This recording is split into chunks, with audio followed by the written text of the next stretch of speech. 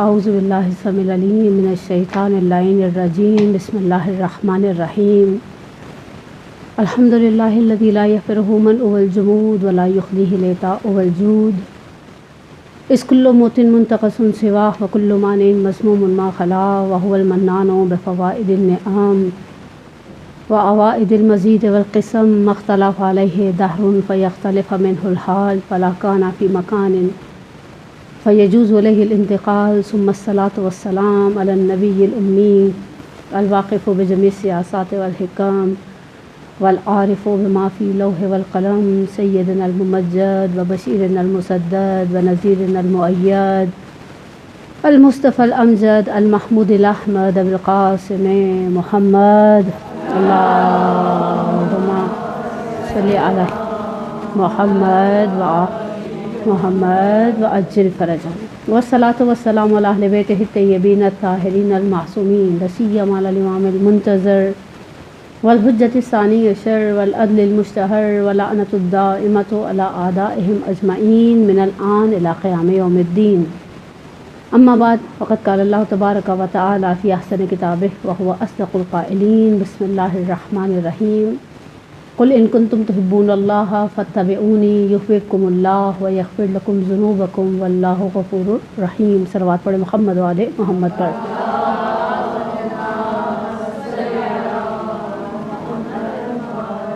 محمد وعجل فرجہم۔ ایام فاطمیہ اپنے اختتامی اور آخری مراحل میں پہنچ گئے اور آج 95 ڈیز والی روایت کے مطابق اس مظلومہ، اس مستحدہ، اس شہیدہ کی شہادت کا دن ہے کہ جس کی شہادت کا بہت عجیب سا اور بہت ہی دردناک قسم کا ایک مرحلہ ہے۔ سرنامہ کلام کے لیے جس قرآن کی آیت کو چنا میں نے سورہ مبارکہ زخرف کی آیت نمبر 55، جس کے ذیل میں ہم ایک تفسیر کی روایت کو حمزہ بن بزیغ سے نقل کریں گے انشاءاللہ، اور بہت ہی مشہور و معروف آیت ہے سورہ مبارکہ زخرف کی، جس میں پروردگار عالم فرماتا ہے فَلَمَّا أَسَفَوْنَا فَانْتَقَمْنَا مِنْهُمْ فَأَغْرَقْنَاهُمْ أَجْمَعِينَ، جب انہوں نے ہمیں متعصف کر دیا، اگر آپ آسان اردو میں اس کا ترجمہ دیکھنا چاہیں، ہم جھنجلا گئے، ہم زچ ہو گئے، ہم متعصف ہو گئے، ہمیں غم اور اندوہ نے گھیر لیا۔ فانتقمنا منہم، قرآن کہتے پس ہم نے ان سے انتقام لیا، فاغرقناہم اجمعین، ہم نے ان کو غرق کر دیا۔ اس آیت کی تفسیر روائی ہمارے الحمدللہ خدا کا احسان ہے، آپ ویسے بھی مدرسہ القائم سے وابستہ بچیاں ہیں، بہنیں ہیں، بیٹیاں ہیں، ہماری سب بہت الحمدللہ اہل علم ہیں، اہل فضل ہیں اور ان چیزوں سے، ان جگہوں سے وابستہ ہیں۔ قرآن کی تفسیر کے شروع سے دو طریقے شیعوں کے درمیان رائج ہیں۔ ایک قرآن کی تفسیر یفسرہ بعضہ بعضا، یعنی قرآن کی تفسیر قرآن ہی کی آیات کے ذریعے کی جاتی ہے، اور یہ وہ طریقہ رائج طریقہ ہے جسے آگے محمد حسین طباطبائی صاحب تفسیر المعروف المیزان نے اپنایا۔ دوسرا طریقہ ہے تفسیر روائی۔ مثلا ہم روایات میں دیکھتے ہیں کہ اس آیت کے ذیل میں جب معصوم سے سوال کیا گیا تو معصوم نے اس آیت کو کس چیز پر تطبیق دی، یعنی معصوم کے نزدیک کس کی بات کر رہا ہے قرآن، یہ معصوم طے کریں گے۔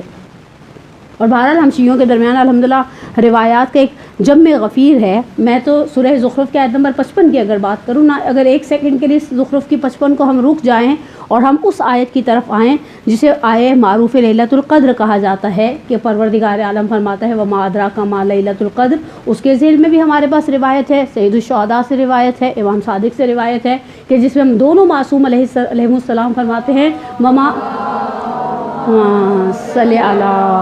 محمد و آل محمد وعجل فرجہم۔ امام معصوم فرماتے ہیں، قرآن کہتے ہیں وما ادراک ما لیلۃ القدر، ہم کہتے ہیں، بتاتے ہیں اصل میں قرآن کا اور خدا عز و جل کا مد نظر کون ہے؟ وما ادراک ما فاطمہ، تم کیا جانو فاطمہ کیا ہے؟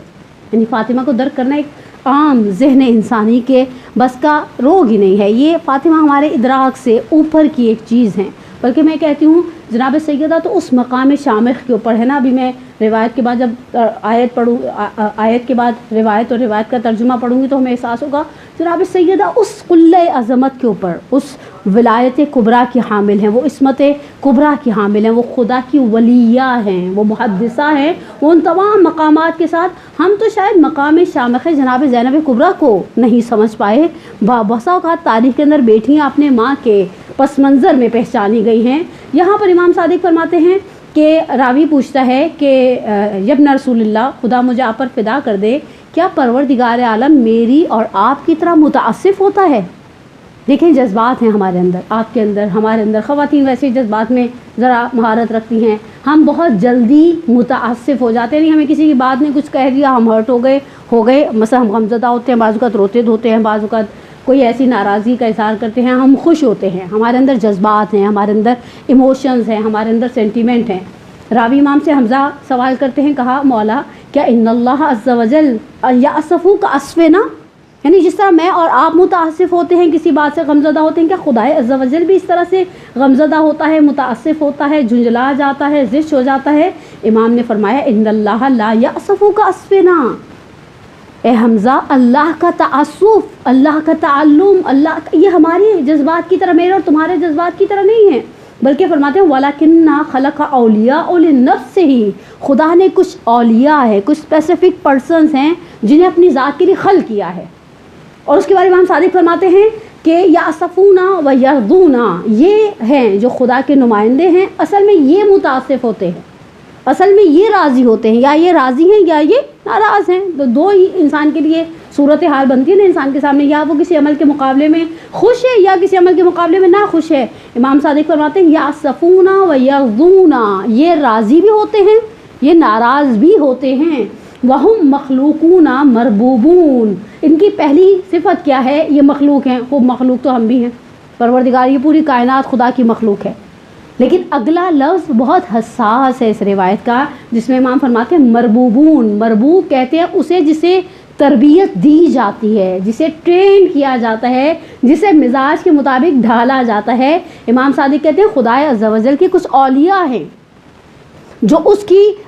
جو جہاں پر قرآن کہتے ہیں نا مثلا ہم متعصف ہوئے، اصل میں یہ وہ ہیں جو متعصف ہو رہے ہیں، یہ وہ ہیں جو خوش ہو رہے ہیں۔ اور پھر امام فرماتے ہیں ہم مخلوقون، یہ مخلوق ہیں خدا کی، اور مخلوق ہونے میں تو بہرحال مخلوق تو میں اور آپ بھی ہیں، لیکن فرمایا مربوبون، یہ خدا کی تربیت یافتہ ہے۔ اور کیسی تربیت یافتہ؟ صرف ایک لفظ اگر صدیقہ کبریٰ کی زندگی کا انسان سمجھ لے تو اس کے ادراک کے لیے اتنا ہی کافی ہے، راضیتم مرضیہ، یعنی یہ اللہ سے راضی ہیں اور اللہ ان سے راضی ہے۔ خوب ہمارا اللہ سے راضی ہونا، شاید اگر ہم ساری زندگی جد و جہد کر دیں تو کہیں ایسا موقع آ جائے کہ ہم کہیں ہم اللہ سے راضی ہو گئے، لیکن خدا کی رضایت حاصل کرنا اتنا آسان اور سہل نہیں ہے۔ الخصوص انسان پوری زندگی ہر موقع پر خدا کی رضایت کو مد نظر رکھے۔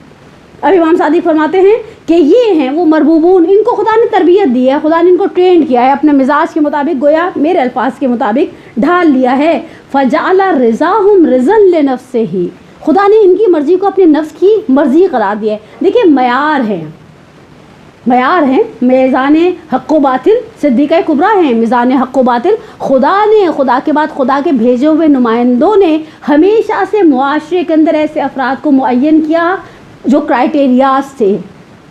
جو معیار تھے، جو میزان تھے۔ میں تبرکاً ایک روایت سے توسل کر کے اس روایت کی طرف واپس آؤں، ایک صلوات پڑھے محمد والے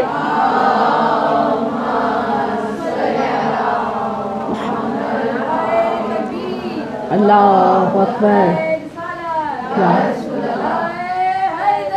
یا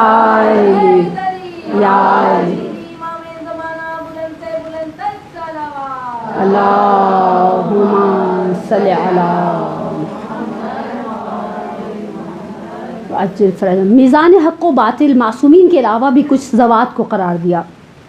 مسجد النبی کی تعمیر کا موقع ہے، اللہ کے رسول نے کاموں کو ڈویژنز کے اس میں تقسیم کر دیا، خود اللہ کے رسول بھی کام میں مشغول ہیں، ایسا نہیں کہ صحابہ کام کریں، حبیب الہ العالمین ایک دنیاوی سپہ سالار کی طرح، ایک دنیاوی لیڈر کی طرح بیٹھے نہیں، خود بھی مشقت کر رہے ہیں۔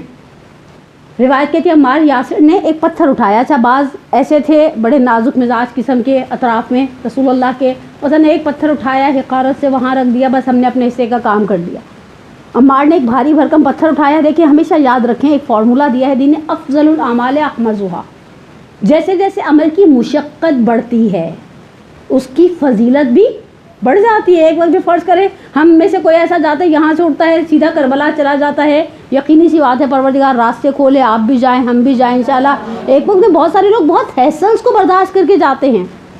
افضل الاعمال احمزھا, جیسے جیسے عمل کی مشقت بڑھتی ہے اس کی فضیلت بڑھ جاتی ہے. عمار نے ایک پہلے سے بھاری بھرکم قسم کا پتھر اٹھایا ہے. ان صاحب نے آگے بڑھ کر ایک اور پتھر عمار کے ہاتھوں میں رکھے ہوئے, پتھر دیکھیں ایک شخص کے دونوں ہاتھ باؤنڈ ہو گئے آلریڈی ایک بھاری پتھر اٹھانے کے سے. انہوں نے نور علی نور ایک پتھر اٹھایا, عمار کے پتھر پر رکھ دیا. عمار نے وہ پتھر پہنچا تو دیا, جہاں پر پتھر پہنچانے کی کمٹمنٹ تھی اللہ کے رسول کی خدمت میں آ گئے.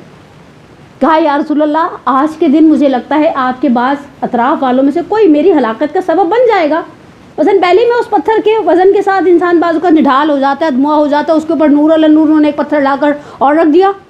اللہ کے رسول پلٹ کر ایک بڑا عجیب سا جملہ کہا عمار تم ایسے نہیں مرو گے, تمہیں ایک باغی گروہ قتل کرے گا. اچھا یہ جو جملہ کہا جا رہا ہے مسجد النبی کی تعمیر کے دوران کہا جا رہا ہے, اصحاب پیامبر کے اطراف میں موجود ہیں, اور یہ جملہ سماعتوں نے سنا, حافظوں نے محفوظ کر لیا, اور یہ جملہ چلتا رہا. دیکھیں مسجد النبی کی تعمیر کا کام کب کا ہے, کس ہجری کا ہے, حتیٰ یہ کہ عمار نے اپنی زندگی گزاری, رسول اللہ کی شہادت ہو گئی, رسول اللہ کی شہادت کے بعد خلیفہ اول کا زمانہ ہے, ثانی کا زمانہ ہے, ثالث کا زمانہ ہے, حتیٰ صفین کے میدان میں عمار پہنچ گئے.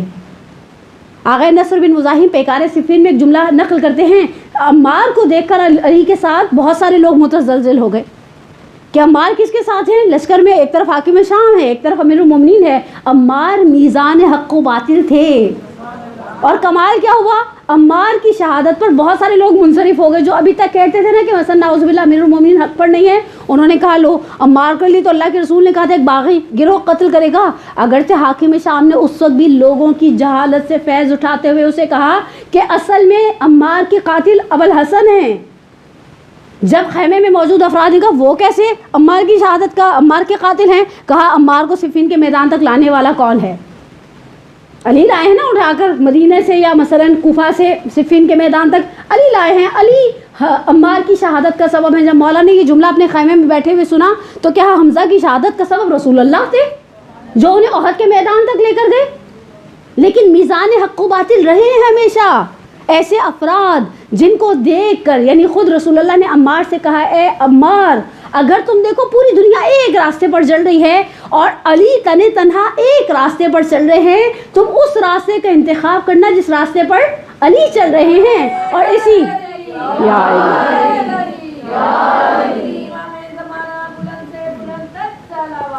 اللہم محمد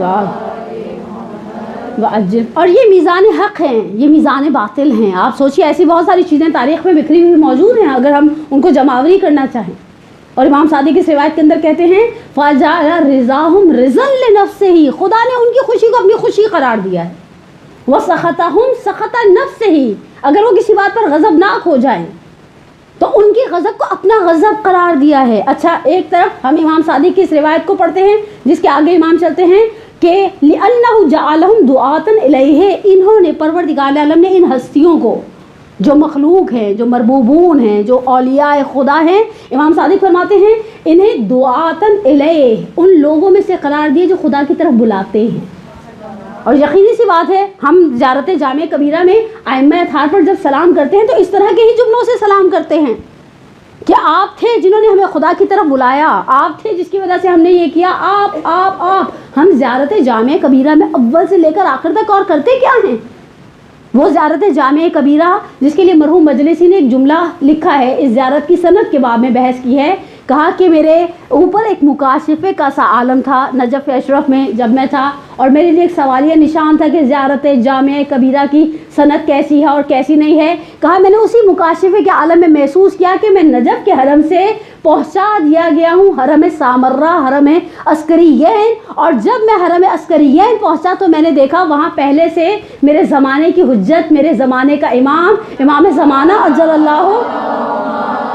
صلی علی محمد وعجل فر. امام زمانہ پہلے سے آلریڈی تشریف فرما ہے. کہا میں نے سوچا موقع غنیمت, دیکھیں جو علم کا طالب ہے وہ علم کی تمنا کرتا ہے، جو دنیا کا طرفگار ہے، شاید میرے جیسا کوئی روسیا ہوتا کہتا مولا یہ زندگی کے ایک گرہ کھول دیں، اب ملے گئے ہیں تو یہ کام کرتے جائیے، آگے بڑھے۔ امام سے کہا کہ امام اشارے سے پوچھا اچھا ادب کا اتنا احترام یعنی پاس یا احترام اتنا ہے، کہا مولا یہ زیارت، تو امام نے اشارہ کیا یہ میرے دادا یعنی میرے جد کی طرف سے ہے، اور اس کے بعد کہا کہ میں نے امام سے کہا کہ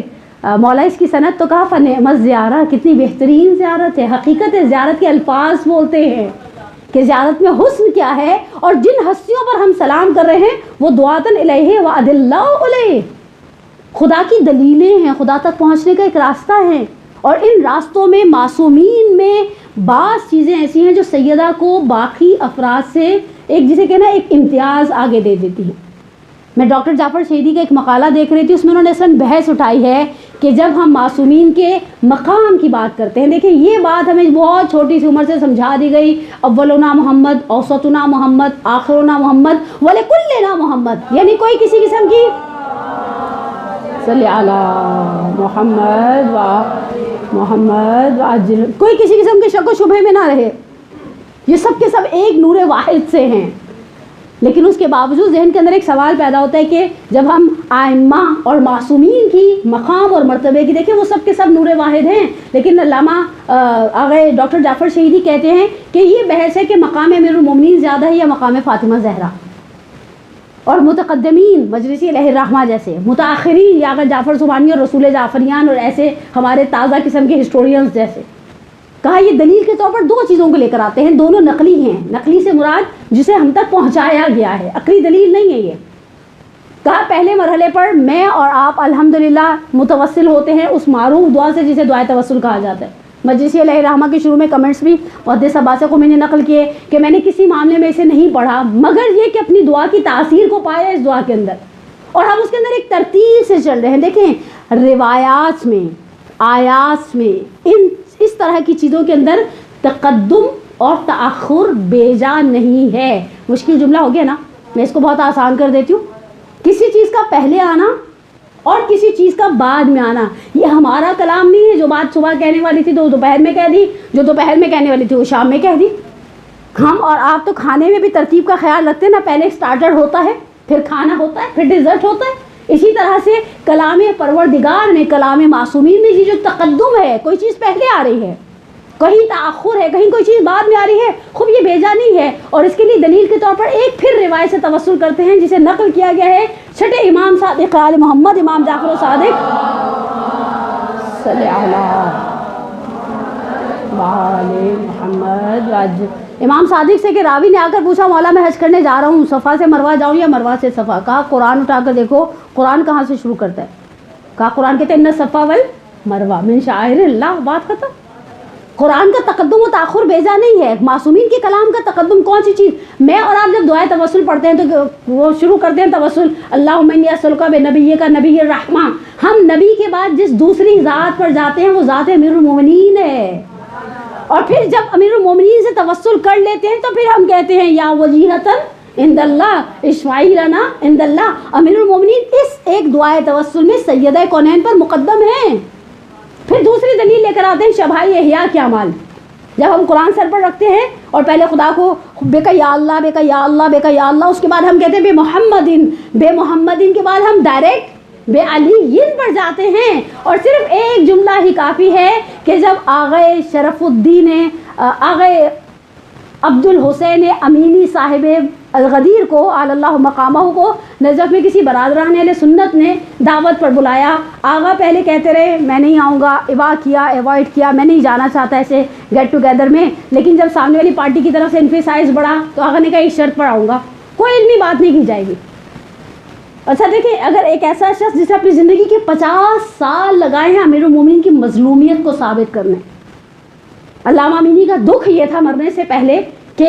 مجھے حسرت تھی میں مولا کے فضائل پر کتاب لکھتا، انہوں نے تو مجھے مولا کی ولایت کے اس بات پر لگا دی اور میری زندگی کے 50 سال چلے گئے۔ اور امینی علیہ الرحمہ نے کم زحمتیں نہیں اٹھائیں۔ آج بھی آپ حرم امیر المومنین سے نکلتے ہیں، آغا سیستانی کے گھر والی سائڈ پر الٹے ہاتھ پر ان کا مکتبہ ہے، مکتبے کے ساتھ چھوٹے سے احاطے کے اندر آغا کی قبر مطہر ہے،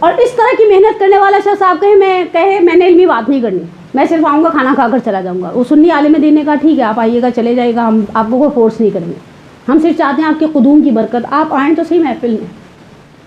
علامہ گئے بیٹھے، اچھا یہ ایز اٹ از یہی کنورزیشن ایک اور جگہ پر نقل کی گئی ہے، لیکن وہ ایئرپورٹ کے حوالے سے علامہ کے کہ بورڈنگ ہو چکا تھا، سامنے والے مومن نے بھی آ کر علامہ سے وہی سوال کر لیا جو اس محفل کے آخر میں ہوا، کھانا وانا فارغ ہو گیا صاحب، اب اٹھنے کی باری آئے تو سنی عالم نے کہا صرف ایک سوال کا جواب دیتے تھے۔ آقا نے کہا طے یہ پایا تھا کوئی علمی بحث مباحثہ نہیں ہوگا، اور کیونکہ جہاں دو مخالف فرقے بیٹھے تھے نا، بعض اوقات آرگیو سے بات شروع ہوتی ہے اور بہت ماحول گرم ہو جاتا ہے۔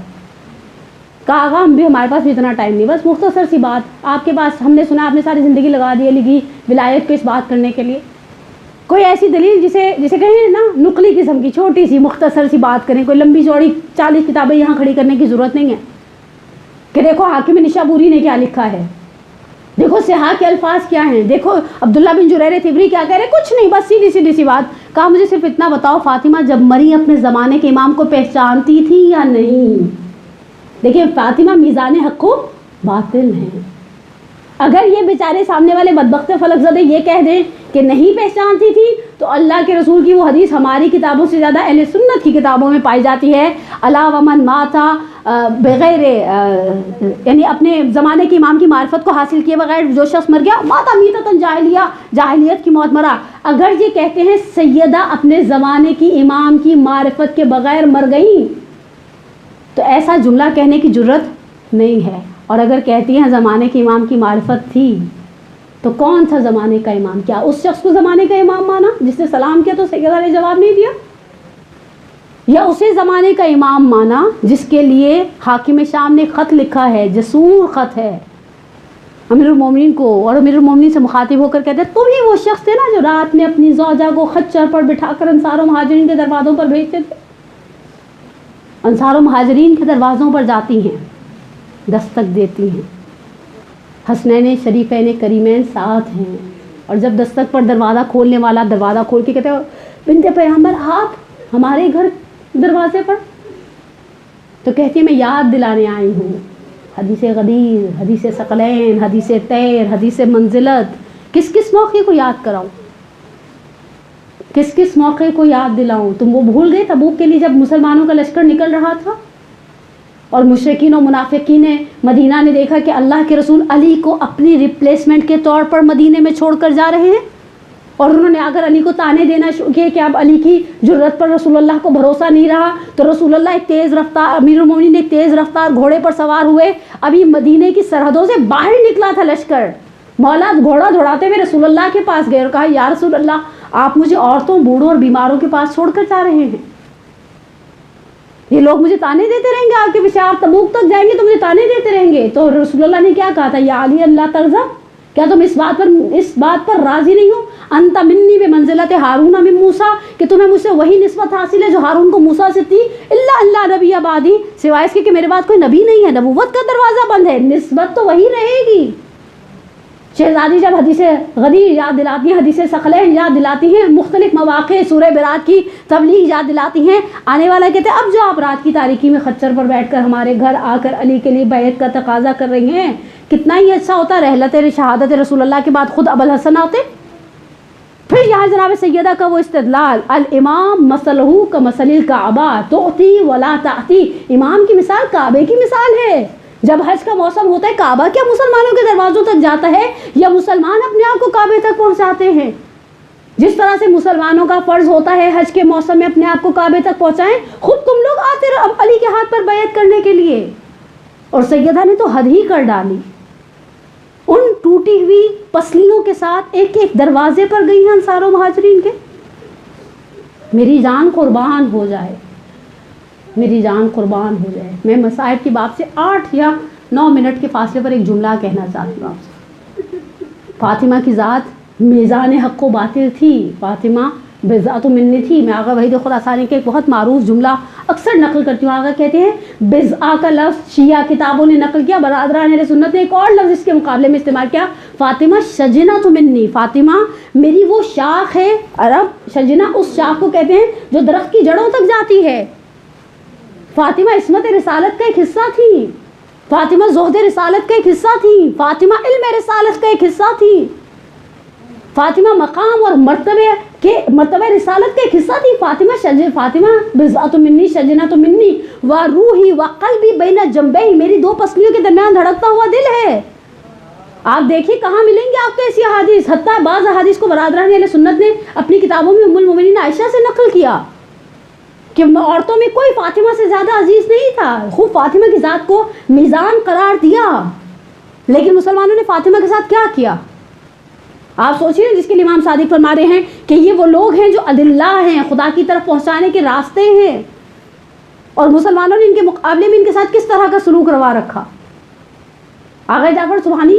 واقعی شہادت پیغمبر سے لے کر شہادت سید کونین کے درمیان کے فیز کے حالات کی طرف اشارہ کرتے ہیں۔ ایک مقام پر پہنچ کر کہتے ہیں حاکم وقت کی طرف سے اعلان ہو گیا کہ نہ کوئی بنو ہاشم کے گھر جائے، نہ کوئی بنو ہاشم کو اپنے گھر آنے کی دعوت دے۔ جو چاہنے والے کچھ معدود سے رہ گئے تھے، ان میں ایک نام ہے عمار یاسر کا۔ سیدہ کے گھر سے باہر نکلے ہیں، ایک شخص سے ملاقات ہوئی، میں اندر نام نہیں لے رہی، آج کل ویسے ہی حالات اتنے حساس ہو گئے ہیں کہ انسان نام لیتے ہوئے ڈرتا ہے، اور نام لینے کی ضرورت بھی نہیں ہے ہمیں۔ جو جس چیز کا مستحق ہوتا ہے وہ چیز گھوم پھر کر اس تک پہنچ جاتی ہے۔ جو قابل لعنت و ملامت ہے قرآن کی نگاہ میں، اہل بیت کی زبان پر، وہ جو جب ہم اس سے کے لیے کچھ کہیں گے، ہم کچھ کہیں نہ کہیں، وہ خود بخود اس تک پہنچ جائے گی، اور جو قابل ستائش ہے قرآن کی زبان میں، اہل بیت کی زبان میں، وہ ستائش، وہ رحمت، وہ دعائیں اس تک پہنچ جائیں گی، وہ خیر، وہ مقام اور منزلت اسے مل جائے گی۔ یہ آگے بڑھے اور انہوں نے عمار سے کہا کہاں سے آ رہے ہو؟ کہا فاطمہ کے گھر سے۔ کہا تم نے سنا نہیں تھا؟ ہم نے کہا فاطمہ کے گھر نہیں کوئی جائے گا، نہ کوئی آئے گا۔ کہا مجھے پتا چلا فاطمہ بیمار ہے، میں عیادت کے لیے گیا تھا۔ اس لیے ان نے ایک تماشا عمار کے رخسار پر مارا۔ اچھا سڈن کوئی چیز ہوتی ہے، انسان بازو کا گر جاتا ہے، اس کا بیلنس ہی ختم ہو جاتا ہے۔ عمار گرے، پھر سنبھلے، پھر اٹھے، اور پھر سامنے کھڑے ہو گئے، رونے لگ گئے۔ اس نے کہا عمار مرد ہو کے روتے ہو؟ کہا تم سے کس نے کہا میں تمہارے مارنے پر رویا؟ کہا تم اچھے خاصے مجھ سے بات کر رہے تھے نا، میں نے مارا اور تم رونے لگ گئے، میں تو یہی کہوں گا کہ میرے تماشے کی وجہ سے روئے؟ کہا نہیں۔ کہا بس کیوں روئے؟ کہا میں نے صرف یہ سوچا میں مرد ہو کر سنبھل نہیں پایا، میں مرد ہو کر سنبھل نہیں پایا۔ آج سنڈے کا دن ہے، جو صبح اٹھ کے الحمدللہ آپ یقیناً مجھ سے بہت زیادہ اہل دعا ہیں، ہم جب صبح سنڈے کا آغاز کرتے ہیں نا تو سنڈے کے دن کی ایک خصوصیت ہے، وہ امیر المومنین اور سیدہ کا دن ہے۔ آپ کی گریے کی آوازیں مجھے روکتی ہیں، لیکن میں ایک روایت تبرکن، بہت عرصے کے بعد میں مدرسۃ القائمہ آئی، صرف ایک روایت، وہ بھی چند جملوں کی، کوئی مفصل روایت نہیں پڑھوں گی، اور میں مسائل مختصر کر دوں۔ کیا تھی فاطمہ؟ واقعی امام صادق نے جب کہا نا کہ وما ادراک ما فاطمہ، شیخ دستگاہ شیرازی نقل کرتے ہیں کہ جب مومن جنت میں جائے گا، پہلے تو ایک یاقوت صفرا کا حلقہ ہوگا، جسے جب وہ بجائے گا تو آواز آئے گی یا علی یا علی، اور علی کا نام ایسا ہے جو دلوں کو سرور دیتا ہے، اور علی نہ ہوتے تو فاطمہ کا کف نہ ہوتا۔ اور جب وہ مومن داخل ہو جائے گا جنت میں تو ایک ایسا نور دیکھے گا جس سے آنکھیں بند ہو جائیں گی، چندھیا جائیں گی، سرچ لائٹیں ہوتی ہیں نا جیسے ایک دم روشنی زیادہ تیز ہوتی ہے۔ مومن پلٹ کر اپنے اصل بھیشی سے پوچھے گا ہم ہر روز قرآن پڑھتے تھے، قرآن کہتا تھا لا یرونا فیہا شمسا ولا زمہریرا، جنت میں تو سورج اور چاند کا کوئی تصور ہی نہیں ہے، تو یہ کون سی روشنی ہے جس سے آنکھیں بند ہوئے جاتی ہیں؟ تو رضوان جنت ان دونوں جنتیوں کے سوال کا جواب دے گا۔ امیر المومنین نے کچھ کہا، سیدہ مسکرائیں اور خدا نے سیدہ کی مسکراہٹ سے جنت کو منور کر دیا۔ یہ ہے سیدہ کی ذات کہ انسان سوچے سیدہ کہاں ہیں۔ جب جابر نے پانچویں امام سے کہا تھا کہ یا ابن رسول اللہ اپنی جدہ کی فضیلت پر کوئی ایسی حدیث سنائیں جب آپ کے چاہنے والے جمع ہوں، میں اس حدیث کو بیان کروں، آپ کے چاہنے والوں کے دل مسرور ہو جائے، میں ایک ادخال سرور کا ثواب لوں اور گفتگو کو مکمل کر دوں۔ جابر نے کہا، پانچویں امام نے کہا جابر میدان محشر ہوگا، سمری سنا رہی ہوں، میں پوری حدیث نہیں سنا رہی، درۃ البیضاء میں بہت تفصیل سے روایت کو نقل کیا ہے۔ میدان محشر ہوگا اور آواز آئے گی یا اہل محشر غضوا ابصارکم، اپنی آنکھوں کو جھکا لو، فاطمہ بنت محمد گزر رہی ہیں، اور میری دادی حوران جنان کے ساتھ ایک گروہ کے ساتھ نور کی سواری پر بیٹھ کر دروازے جنت پر پہنچیں گی۔ آواز قدرت آئی، فاطمہ جنت میں داخل ہو جاؤ۔ سیدہ کہیں گی نہیں پروردگارا، آج ایسے نہیں۔ آواز قدرت آئی، کیا چاہتی ہو فاطمہ؟ سیدہ پلٹ کر کہیں گی آج میں چاہتی ہوں میں پہچان لی جاؤں، میرا مقام کیا ہے۔ سب جان جائے نا، اہل محشر کو پتہ چل جائے فاطمہ کیا ہیں۔ پروردگار کہے گا کیا چاہتی ہو؟ پانچویں امام کا جملہ بڑا خوبصورت ہے۔ امام باقر جابر ابن عبداللہ انصاری سے کہتے ہیں جیسے پرندے کے آگے دانے بکھیر دیے جاتے ہیں، وہ اپنی چونچ سے گندا دانہ ہٹاتا ہے، صاف دانہ اپنی منقار میں اپنی چونچ پہ چن لیتا ہے، میری جدہ کے سامنے اہل محشر ہوں گے، وہ اپنے چاہنے والوں کو صرف ایک لالچ تھا آج کا درس لینے کا کہ جب قیامت کے میدان میں منادی آواز دے این محبون الفاطمہ، کہاں ہے فاطمہ سے محبت کرنے والے، تو ایک ہمارا بھی نام ہو کہ ہم کہیں شہزادی ہم بھی ہیں محبت کرنے والے۔ اور کیوں محبت نہ کریں، ہمارا تو دن رات کا ساتھ تھا، ہم نے تو ماؤں نے لوریوں میں سنایا چھڑوا دو ہمیں غم سے یہی وقت کرم ہے، یا فاطمہ زہرا تمہیں بچوں کی قسم ہے، بابا نے تیرے امت عاصی کو بچایا، خود رنج اٹھائے ہمیں دوزخ سے بچایا، شربت تیرے شوہر نے ہے قاتل کو پلایا، خوشنودی رب کے لیے سم بیٹے نے کھایا، چھڑوا دو ہمیں غم سے۔ اور غم بھی کیسا غم، ریاحین کا ایک جملہ اور مصائب کی 4 یا 5 جملے اجرکم من اللہ۔ ریاحین میں جہاں جناب خدیجہ کا احوال آخری لمحات شیب ابی طالب کے بیان ہوئے نا، وہاں انہوں نے رسول خدا سے ایک وصیت کی تھی، کہا یا رسول اللہ میری فاطمہ بہت چھوٹی ہے، اسے قریش کی عورتوں سے بچا کے رکھیے گا، ایسا نہ ہو قریش کی کوئی عورت میری فاطمہ پر ہاتھ اٹھائے۔ میں ام المومنین سے کہوں آپ جب قریش کی عورت کہہ رہی تو قریش کے مرد بھی کہہ دیتی، قریش کے مرد بھی کہہ دیتی، کیا گزری ہوگی۔ حسن نے دیکھا ہے مجھ کو تماشا کھاتے ہوئے، در و دیوار کے درمیان پستے ہوئے، نہ فاطمہ بھولی ہوں گی نہ فاطمہ کے بچے بھولے ہوں گے۔ عزیزان من، مختصر سی میں مکمل شہادت تو جناب سیدہ کی پڑھ بھی نہیں سکتی، کس طرح سے بندہ شہادت پڑھے۔ میں صرف شہادت پڑھنے لگتی ہوں نا تو میری چشم تصور میں سہنے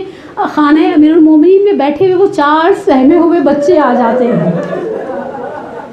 جب شب شہادت آئی، ایک جملہ ارباب منبر و مقتل نے نقل کیا ہے، اپنی جگہ سے اٹھی، حجرے کے اندر بچے ہیں، ایک طرف جناب سیدہ ہیں، ظاہری اعتبار سے جناب سیدہ کسی سریر پر ہے، کسی اونچی چیز پر ہے، تخت نما،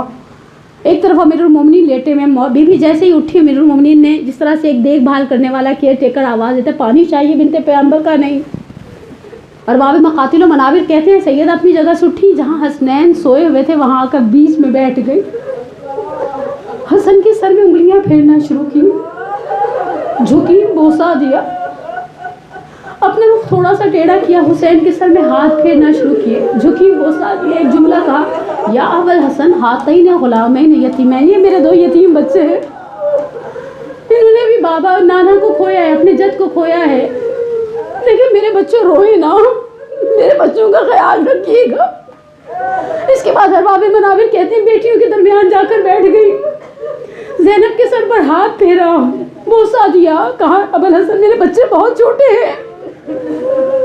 میں شہزادی سے کہوں کتنی فکر ہے، پوری رات مجھے نہیں معلوم کتنی دیر کے لیے سوئی ہوں گی، لیکن جب شہادت کا سورج نمودار ہوا،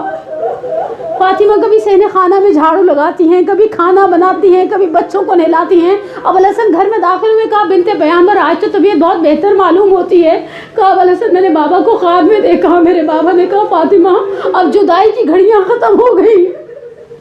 مولا محموم واپس مسجد میں چلے گئے۔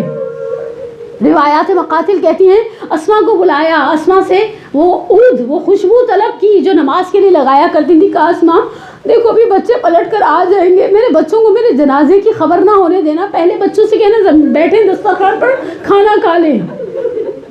مقتل اور منبر جس طرح سے نقل کرتے ہیں تھوڑی دیر گزری تھی، اسما دیکھتی رہی، تصویر کی آواز آ رہی ہے، سیدہ زندہ ہے، تصویر کی آواز آنا بند ہو گئی اور سیدہ دنیا سے چلی گئی۔ اسما نے دسترخوان لگایا، شہزادے گھر میں داخل ہوئے، کہا اسما اماں کہاں ہیں؟ کہا بیٹا آرام کر رہی ہیں۔ اسما نے کہا آؤ آ کر کھانا کھا لو بیٹا، حجرے کی طرف بڑھنے لگے امام حسن تو کہا بیٹا پہلے کھانا کھا لو۔ کہا اسما اماں کے بلائے بغیر ہم کبھی دسترخوان پر بیٹھے ہیں، اماں کہاں ہیں؟ اور یہ کہہ کر امام حسن حجرے میں داخل ہوئے، آواز دی ماں کو، ماں بے حس و حرکت پڑی ہے۔ تاریخ نے یہ جملے نقل کیے، کہا کلمینی، ماں مجھ سے بات کرو، میری روح نکل جائے گی۔ اس کا اگلا جملہ بہت عجیب سا ہے، روزائی استاد کا لفظ ہے، شہزادے صحن خانہ سے گزرتے ہوئے مسجد النبی میں گئے، امیر المومنین مسجد النبی کے ستون سے لگ کر کھڑے کسی سے بات کر رہے تھے، جا کر باپ کے دامن کو ہلایا، صرف ایک آواز دی، یا اباتا ماتت امنا، بابا ماں مر گئی ہے۔ مولا چہرے کے بل گرے ہیں۔ مولا نے کہا کیا؟ کہا بابا ماں مر گئی ہے۔ گھر کے اندر آئے، اپنے بچوں کو تسلی دی، کہا دیکھو گریے کی آواز آہستہ رکھو، مدینے والوں کو واپس بھیج دیا، ابھی تشیع کی کوئی خبر نہیں ہے۔ اور جب رات کا سناٹا چھا گیا، میرا آخری جملہ اور اجرکم اللہ، رات کا سناٹا چھا گیا، سیدہ کی وصیت پر عمل کرنا شروع کیا، غسل دیا۔ دوران غسل آغا وحید خراسانی فرماتے ہیں فحاج الیہ الحزن، سر سے پیر تک امیر المومنین غمزدہ ہیں۔ اسما مجھے اندازہ نہیں تھا، پسلیاں ایسی ٹوٹ گئی ہے۔ غسل ہو گیا، حنوط دے دیا، کرنا شروع کر دیا، اب کفن پہنانے کی باری آئی۔ جب پیر کی طرف سے بندے کفن باندھ دیے اور سر کے بندے کفن پر پہنچے، آواز دی حلمو یا زینب ام کلثوم یا حسن یا حسین، اے بچوں آؤ آ کر ماں کا آخری دیدار کر لو۔ اب یہاں ممبر نے ایک لفظ استعمال کیا، امام حسن آئے، شہزادیاں آئیں، لیکن ایک بچہ ہے جو دہلی سے حجرہ سے آگے قدم نہیں بڑھاتا۔ ارباب منابر کہتی امام امیر المومنین نے آواز دی، کہا حسین آؤ گے نہیں؟ اب یہ ماں قیامت کے میدان میں نظر آئے گی، اب یہ چہرہ خاک میں چھپ جائے گا، ہر چیز نظر آئے گی، کائنات کی ماں نظر نہیں آئے گی۔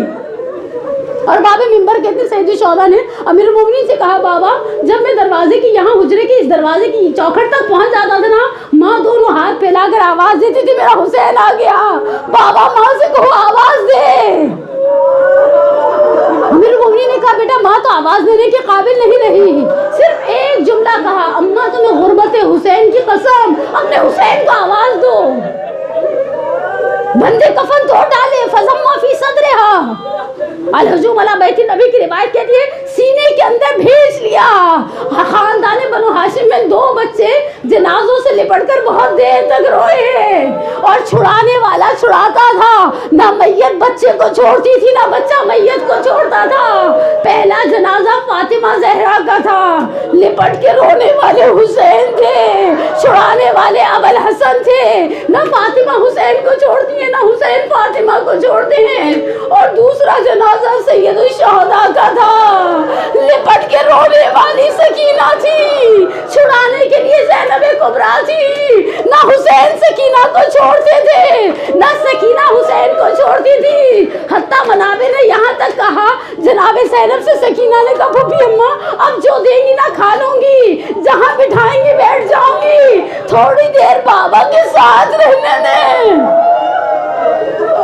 اس مقتل میں شہزادی رات کے سناٹے میں کہتی ہے سکینہ کیسے کہتی ہو لاش لاشیں پدر ہے؟ اے میری لاڈلی لاش 2 چیزوں سے پہچانی جاتی ہے، یا سر سے یا لباس سے۔ سر تو لائن کاٹ کر لے گیا، لباس مندرس پارا پارا ہے۔ بچی نے اپنی زبان میں ایک جملہ کہا پھوپھی اماں جب خیموں کو آگ لگی، جب میرے کرتے کا دامن جلا، جب میرے رخسار پہ پہلا تماچا پڑا، میں جانتی تھی اس سرزمین کربلا پر ایک ہے جو پناہ دے دے گا مجھے، جو میری آواز پر داد رسی کرے گا میری۔ پھوپھی اماں نے مقتل کی جانب دوڑتی تھی، میں آواز دیتی تھی بابا بابا، اور یہ لاش تڑپتی تھی اور آواز دیتی تھی یا بنیا الیہ۔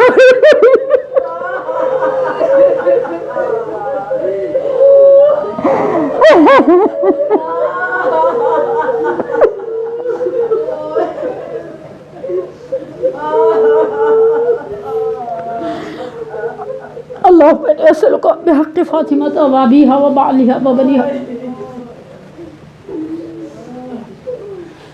وسر المستودع فيها أن تصلي على محمد وآل محمد، پروردگارہ بحق محمد وآل محمد ہماری سب سے بڑی حاجت ہمارے ولی کے ظہور میں تعجیل فرما، بحق محمد وآل محمد۔ جیسے انہیں خانہ میں بیٹھے ہوئے 4 سہمے ہوئے سوگوار بچوں کے حق کی قسم دے کر کے جو پریشان حال ہیں ان کی پریشانی کو دور فرما، جو بیمار انہیں شفاء عاجلہ کاملہ عطا فرما، جس دنیا سے چلے گئے ان کے کبیرہ صغیرہ گناہوں کو معاف فرما۔ پروردگارہ کائنات کی عظیم ترین ماں کی شہادت کا دن ہے، جن کی مائیں زندہ ہیں۔ میں پھر ایک جملہ کہوں گی، پلیٹ فارم بہت بڑا ہے قائم والوں کا، جن کی زندہ ہیں زندگی میں قدر کر لیں، بعد میں قبرستان جا کر بیٹھنے سے وہ دل کی تسلی نہیں ہوتی۔ پروردگارہ جن کی زندہ ہے انہیں عافیت کی نعمت سے بالا مال فرما، اور جن کی دنیا سے چلی گئی تو انہیں ہمیں حکم دیا اس طرح سے کہو، رب ارحمہما کما ربیانی صغیرا، ربنا اغفر لی ولوالدی وللمؤمنین یوم یقوم الحساب۔ پروردگارہ بحق محمد علیہ محمد جن کی دنیا سے چلے گئے ان کے کبیرہ صغیرہ گناہوں کو معاف فرما، ہمیں ہمارے والدین کے لیے، ہماری اولاد کو ہمارے لیے باقیات الصالحات میں سے قرار دے، ہم سب کا خاتمہ بالایمان فرما، ہمیں دنیا میں اہل بیت کی زیارت اور آخرت میں ان کی شفاعت سے بہرہ مند فرما۔ پروردگارہ بحق محمد علیہ محمد بحق ائمہ اطہار، تجھے واسطہ عظمت فاطمہ زہرا کا، ان کے مقام کا، اس راز کا جو تو نے ان کی ذات کے اندر پنہان کر دیا، پروردگارہ الخصوص جو مومنات اس وقت موجود ہیں ان کے لیے خصوصی طور پر اور کلی طور پر تمام مومنین و مومنات کے لیے دعا ہے۔ پروردگارہ دلوں میں جو حاجتیں رکھتے ہیں، جن حاجتوں کے لیے توسل کرتے ہیں، فاطمیہ مناتے ہیں، گھروں میں عزاخانے سجاتے ہیں، ہم حسین کی ماں کا پرسہ مناتے ہیں، پروردگارہ بحق محمد و آل محمد ہماری تمام جائز دلی حاجات کو پورا فرما، اور انشاءاللہ اس کووڈ-19 کی وبا سے اور اس جیسی آنے والی متوقع وباؤں سے عالم انسانیت کو نجات عطا فرما۔ انشاءاللہ عطوات عالیات کے راستے کھل جائیں، مومنین اور مومنات جائیں اور جا کر سیدہ کونین کو ان کے بچوں کا پرسہ دیں۔ ربنا تقبل منا انک انت السمیع العلیم، آمین یا رب العالمین۔